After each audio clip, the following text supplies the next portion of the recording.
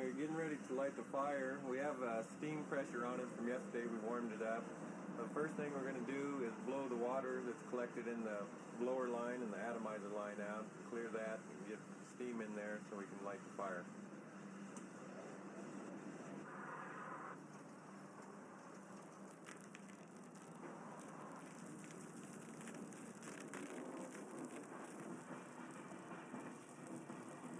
Okay, we'll clear the atomizer out.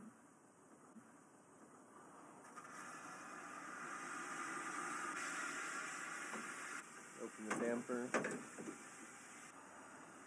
Okay, now we're ready to light a fire.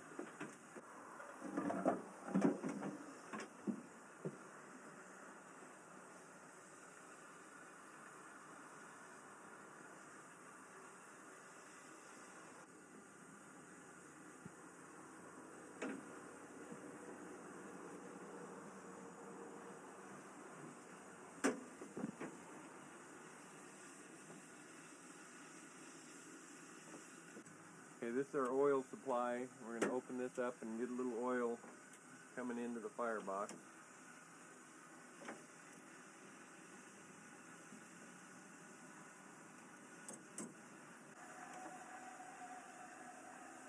Blower on. Atomizer.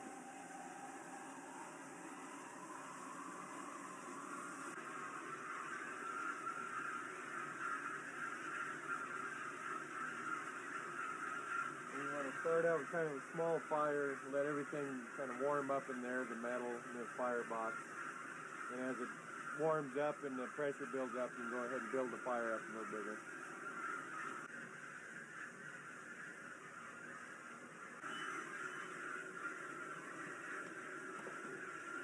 Warm the oil up a little bit. That's about it.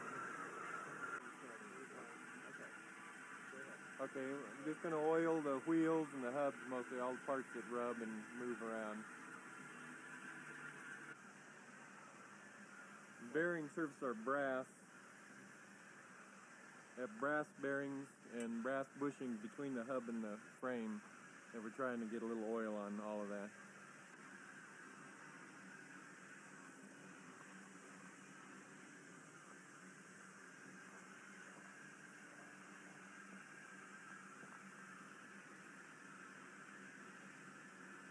This oils your crossheads on either side and the steam valve and steam cylinders. Well, this rod here is hooked to your reverser arm there, and it's constantly moving and pumps the oil through here. This is a pump, and it pumps it through these little tubes that run to either side of the engine to oil this crosshead. A little oil on the pony.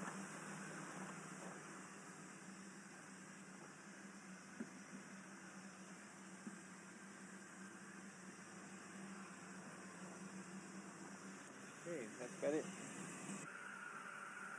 What we'll be doing here is greasing 13 grease fittings. These used to be in the old days, but before 1915 when this engine was built, everything was greased with just pouring oil on it. This particular engine does have 13 fittings that are greased by the grease gun. Basically, the fittings that we're doing are all on the side rods.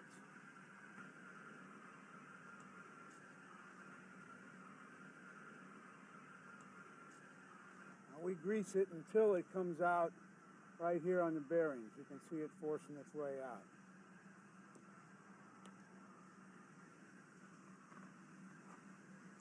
Now, some fittings are back where they're kind of hard to get to. At times we do have to move the locomotive so that we can get back here. That's a bronze bushing.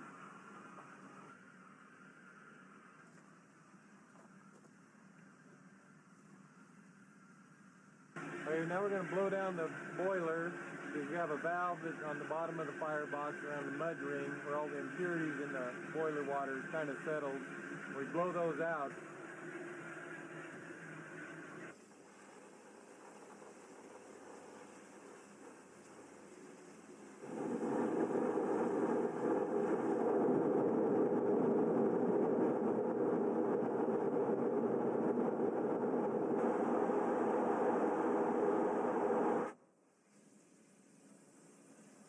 Okay, we operate 175 pound steam pressure. We have safeties that are set to go off about 183 pounds. Okay, we're going to turn on the air pump, put the steam in there, steam operated, and let it warm up and get all the water and moisture out of it.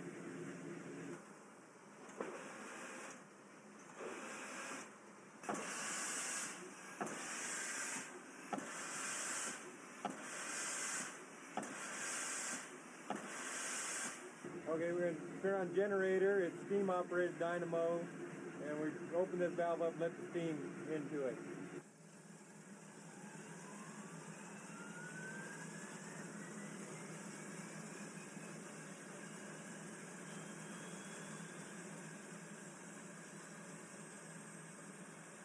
This is the injector. You put water from the tender into the boiler.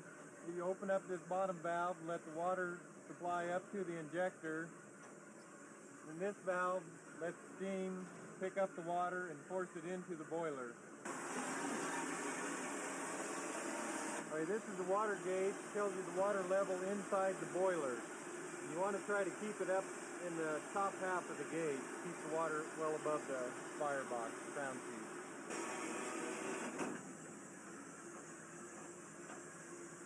Use this to tell when you're running what your water level is in the boiler. The only problem going uphill, the water's always run to the back of the boiler, so the gauge always reads full. You go over the top, the water runs to the front, and if it ain't really full, it'll run off the top of the firebox crown sheet, which then everything blows up. I'm the brakeman, and basically the brakeman is the eyes for the engineer. All the switching we do, the brakeman tells the engineer what he wants done and when he wants it done, which way he's going to go, when to slow down, when to leave, and so forth. This is a signal to come towards me. This is a signal to go away from me. We use one hand when we're up to speed. As we drop down in speed, the brakeman gives the engineer the signal.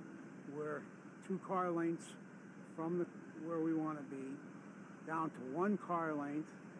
Then generally he'll jump off the car and signal to come towards me till he gets within 10 feet. Then we start using 2 hands. When he's there and we want him to stop, down is stop.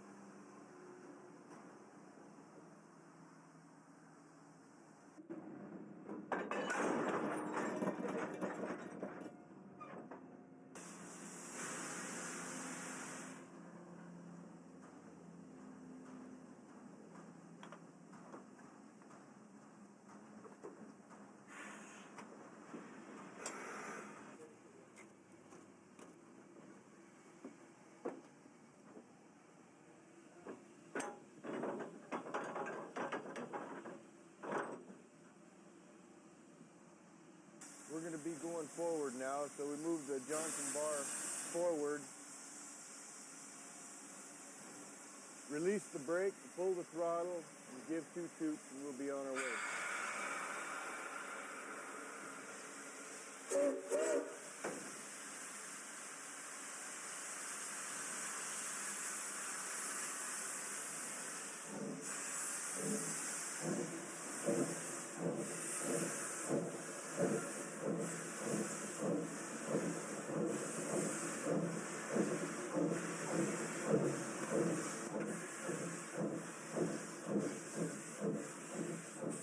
Coming up to the crossing, so I'll give the crossing signal.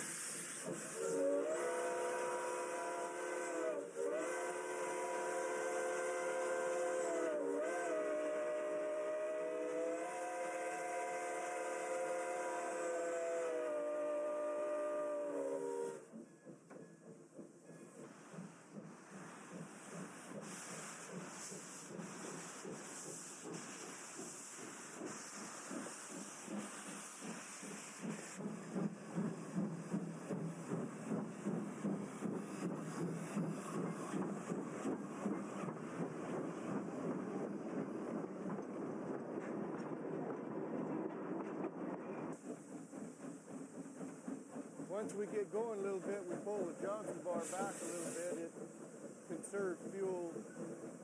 It works. It uses the expansion of steam instead of the volume of steam.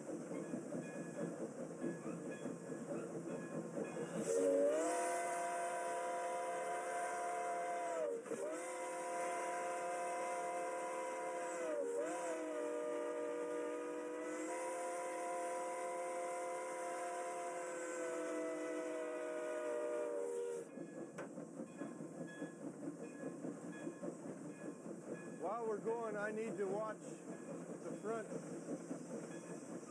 of the train, make sure there's nothing on the tracks, and I also look back when we're going around curves to see, make sure the rest of the train is where it's supposed to be.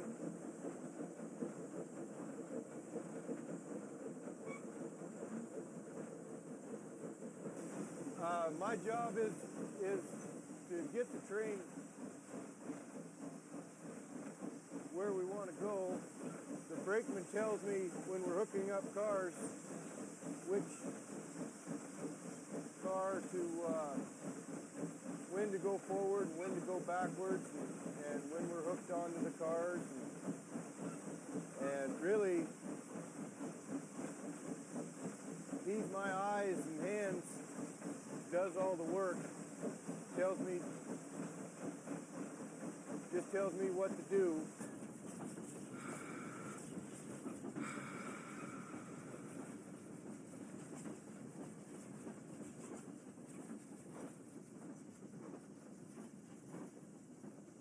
Coasting down the hill, I'm just using the independent brake, just the locomotive brake, to slow us down, to try and just keep a steady speed down the hill.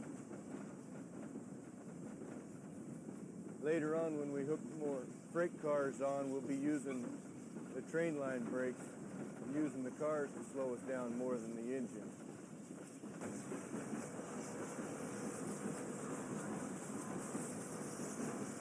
Well, right now we're going to cut off the caboose and pick up some loads of chips.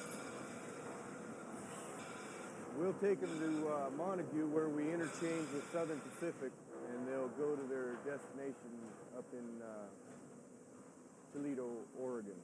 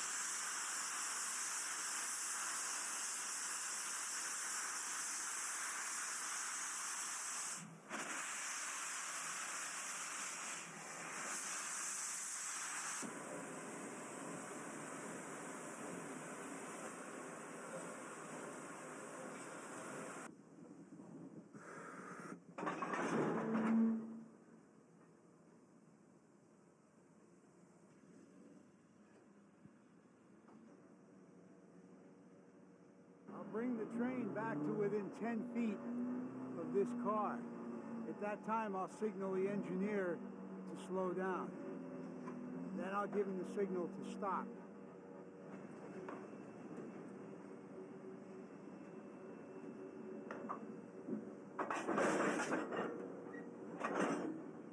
Now I'll give him the signal that I'm going to go between the cars, and I'll connect up the air hose. Now make sure the angle cocks are turned on so that the air will go from one car to the next. The handbrake should be released at this time.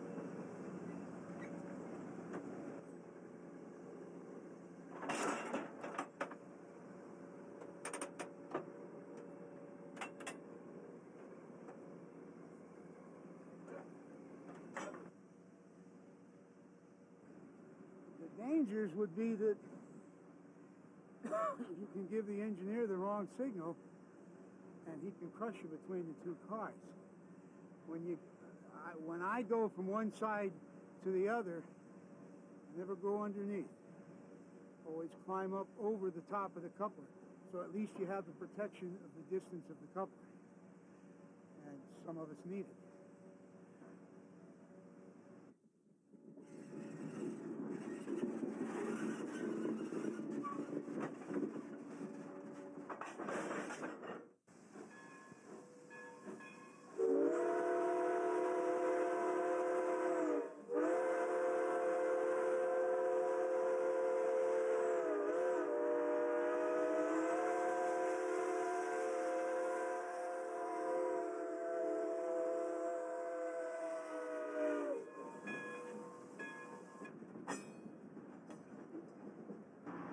The lock is always kept on the switch so that this doesn't spring up by itself. It has been known to happen.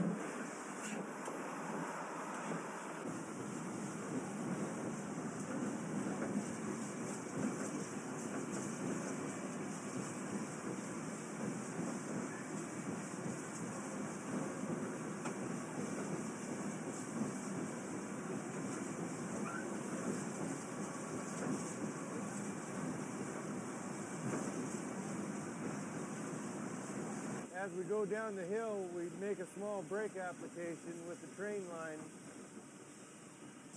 We use the train line, we use all the cars and not the engine, because the engine will set up harder than the rest of the train.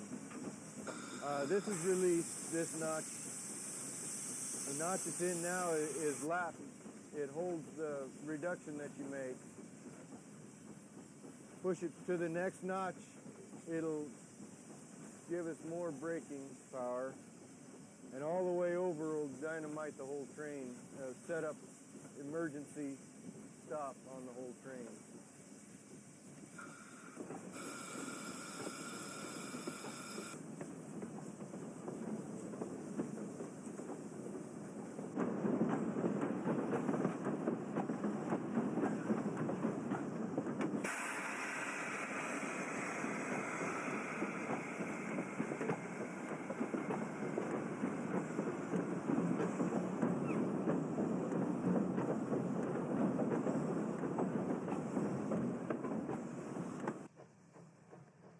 Locomotive was built in 1915 by Baldwin Locomotives. It was originally worked in Arkansas at a lumber mill, I believe. And it was, a few years after that, it was transferred to Mexico. Or sometime in between there, we think it was changed from coal to oil, which it is now. And from Mexico it came to McLeod River Railroad. We, Yreka Western Railroad, bought it from McLeod and hauled freight here till the diesels came out.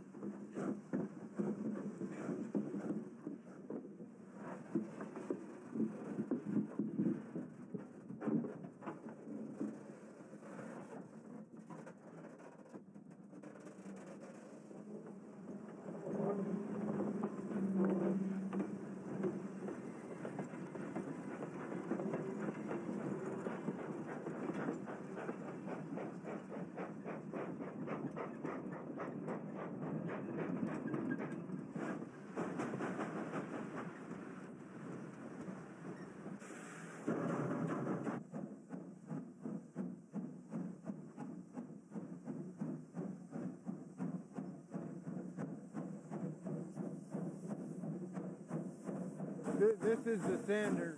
If we're going forward, you push it forward. That's off. If you're going backwards, you just pull it back.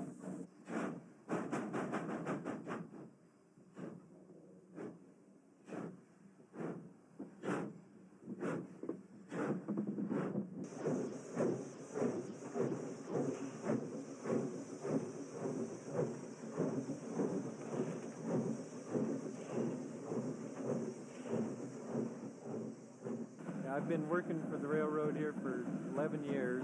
Been on the train crew for about 6.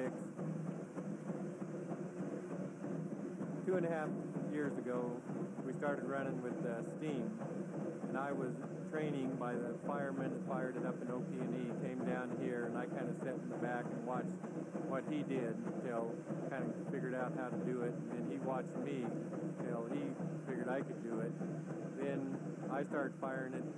About 2 years now I've been firing it, and we do we're working railroad. We haul freight, lumber, and a little propane gas, and it's a year-round job. Do a little track work, a little bit of everything. And mostly I just do the fire, build the steam pressure up so the engineer will have to use, and got to watch the water level in the boiler, add water, adjust the fire to keep it up there where it should be.